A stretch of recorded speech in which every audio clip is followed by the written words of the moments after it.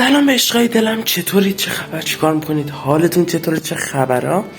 امروز اومدیم بریم با یه آنباکس دیگه. شایان هستم و اومدیم بریم با هم یک آنباکس زیبا داشته باشیم. اگر طبق تایتل ویدیو و همینطور حالا هر چطور پرت ویدیوی دیگه دیده بودید فهمیدید که میخوام هدفون بگیرم، ولی خب هدفونی که میخوام بگیرم احتمالاً رپو گوشه میاد این بالا، هدست رپو VH710 فکر کنم و شنیدم که خیلی هدست خوبیه، بس گفتم که جو من نخرم و خب دیدم که اینجا دارن و گفتم که خب ویدیوش کنم. بریم سراغ این ویدیو. خب بچه ما گرفتیم هدستو، ولی نتونستم از مغازه و اینا ویدیو بگیرم به خاطر اینکه یه مشکلاتی پیش اومد و الان شبه، من روز ویدیو رو استارت کردم، پس به خاطر همین نشد.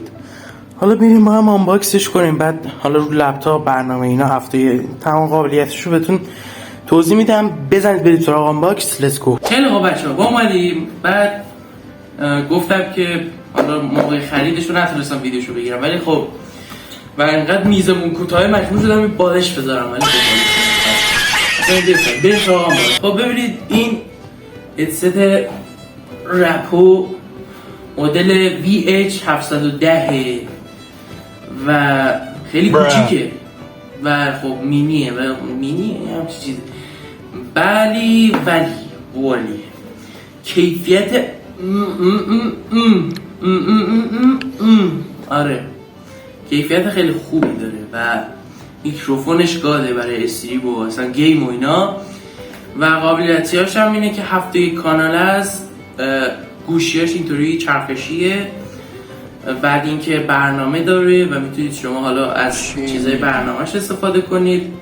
گارانتی داره، گارانتی مهمه آقا مهمه. خب دیگه چی داره؟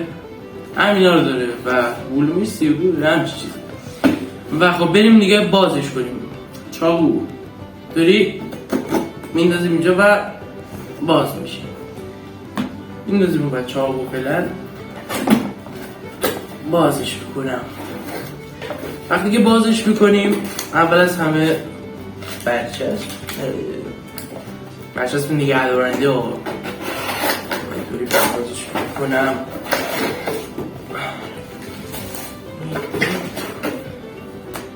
اینم همین داشت دیگر.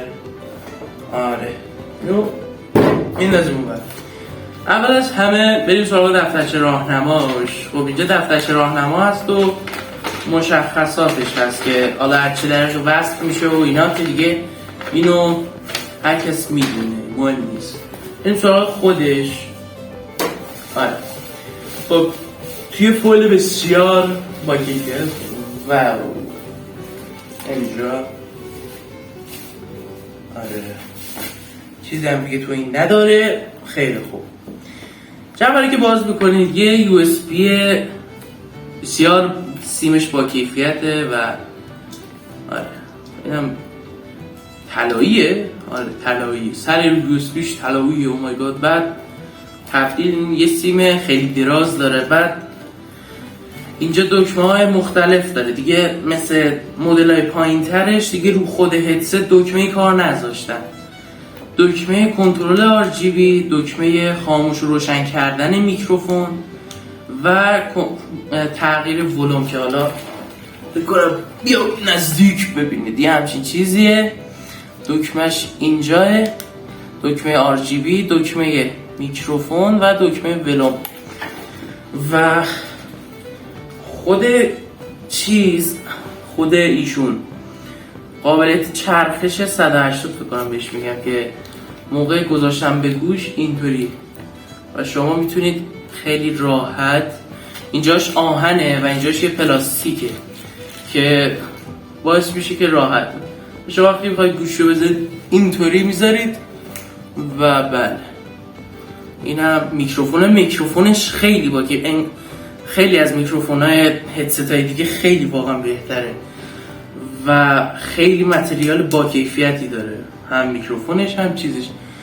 دیگه براتون بگم که همین. بعد حالت طراحی شده هم حالت گوشیه، یعنی شما الان همینطور که میبینید، اگه بتونم نشون بدم، دایره شکل گوش طراحی کردم و آره اینجاهاش حالت سیلور مانند خواستن طراحی کنن که ما اینطوری اینجا یه فویل داره به این شکل. اوف این کنیم. بله این ورش هم همینطور یه فویل داره که باید پیدا کنم. اینا رو اگه نکنید بکنید، ایرانی بازی در نیارید دوستان. اینا رو نکنید بعدنها روی رنگ سیلورش لک میشه و سیلورش خب پشتش پلاستیکه ولی خب خیلی با کیفیته. بعد RGB هاش هم که همونطور که میبینید روی هدست طراحی شده و ما قابلیت کنترل RGB شو نداریم. ولی خب حالا بریم روی لپتاپ نشونتون بدم. سیستم که حالا فعلا تهرانه، ولی بریم رو لپتاپ اینا نشون بدم، برنامه ایناشو نشون بدم بهتون و قابلیتاش برنامه‌اش هم بهتون نشون بدم که چقدر میکروفون خفنیه و از میکروفونش هم یه تستی بگیریم. خیلی خب بچه‌ها، ما اومدیم تو دسکتاپ و اومدم تو لپتاپ مسافرتی که تستش کنیم، چون که حالا دیگه کامپیوتر که تهرانه و هیچی. و خب دقت کنید که این صدایی که الان دارید از من میشنوید مال خود میکروفون لپتاپ هستش و مقایسه کنید دیگه با بعد اینکه میخوام از برنامه تست بگیرم و اونجا دیگه میکروفون خود هدست میاد روی کار. برای نصب برنامه رپو، یعنی مخصوص برنامه هدست، برای کنترل کردنش ما باید بریم تو سایت رپو و بخوایم که دانلودش کنیم. ولی یه مشکلی که هست، سایت رپو اجازه اینا نمیده که ما دانلودش کنیم، حداقل برای من مشکل داره. حالا دیگه اگه شما میتونید که چه بهتر، برید از سایت خودش دانلود کنید.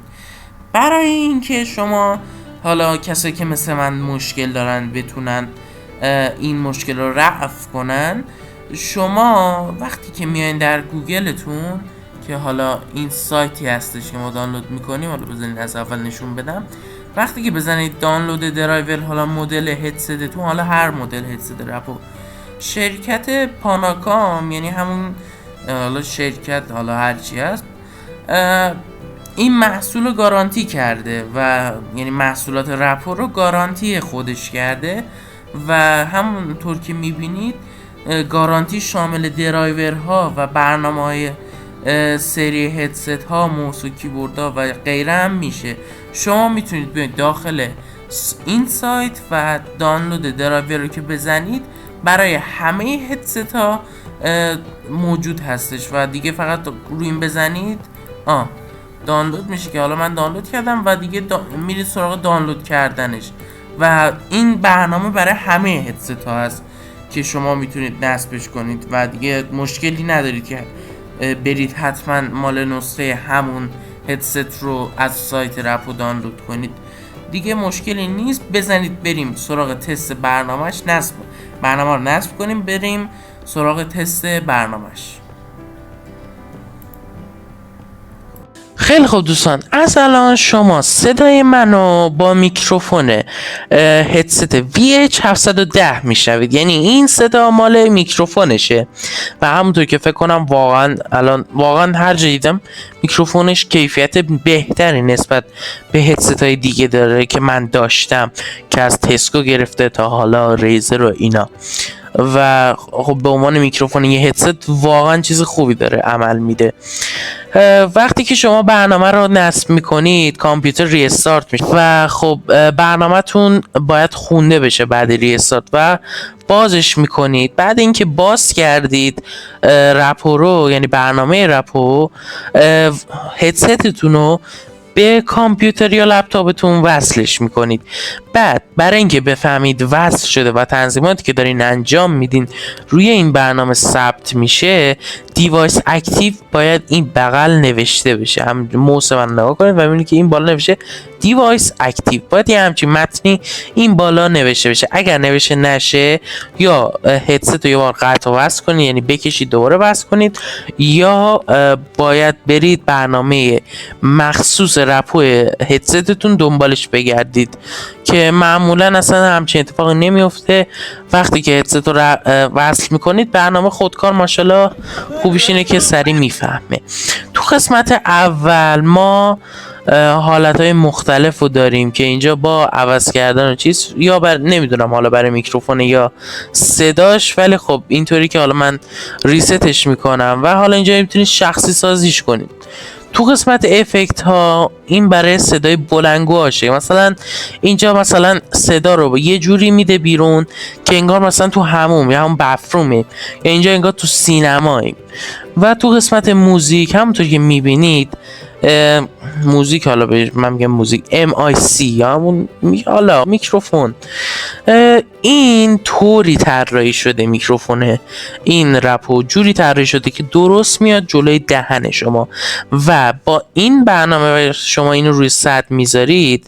الان اگر یک نفر دیگه بغل من صحبت کنه این میکروفون اون صدا رو نمیگیره. چرا؟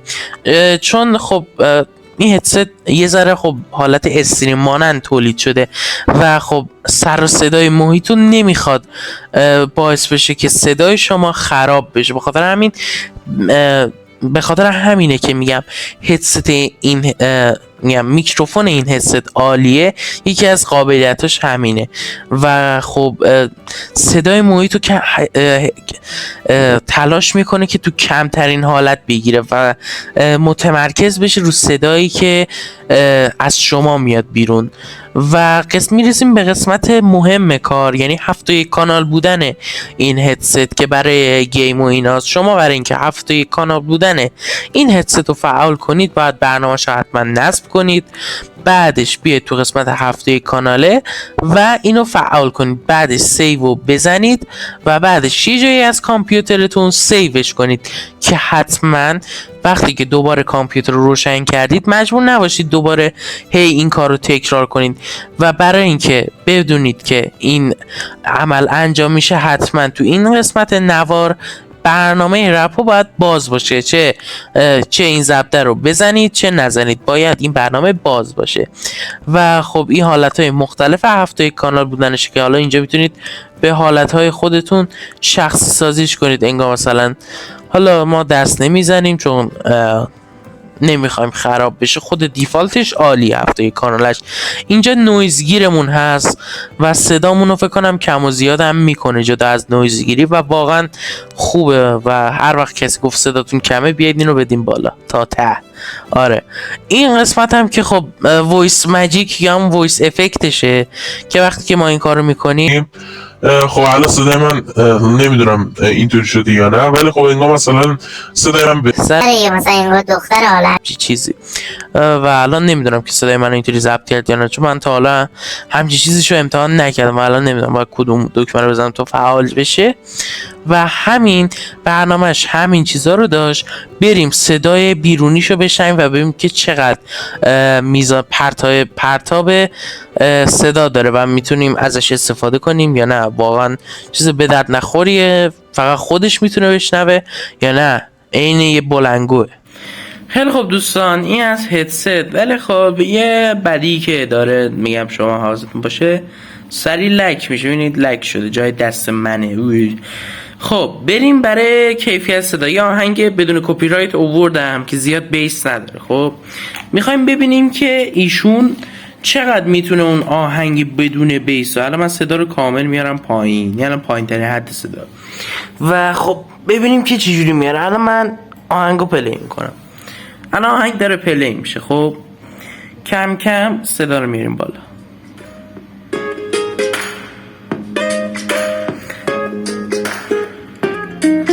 و خب خیلی صداش بلنده. حالا این اصلا بیس نداره و میبینید که از این چیز معمولی نباید انقدر بیاد بیرون و خب واقعا خوبه و جالبه که وقتی که ما اینو با این بلندترین حد صداش میذاریم روی گوشمون، حالا بذار من اینو قطع کنم، میذاریم روی گوشمون کاملا، یعنی هیچ گونه صدایی بیرون نمیره و خب این خیلی خوبه.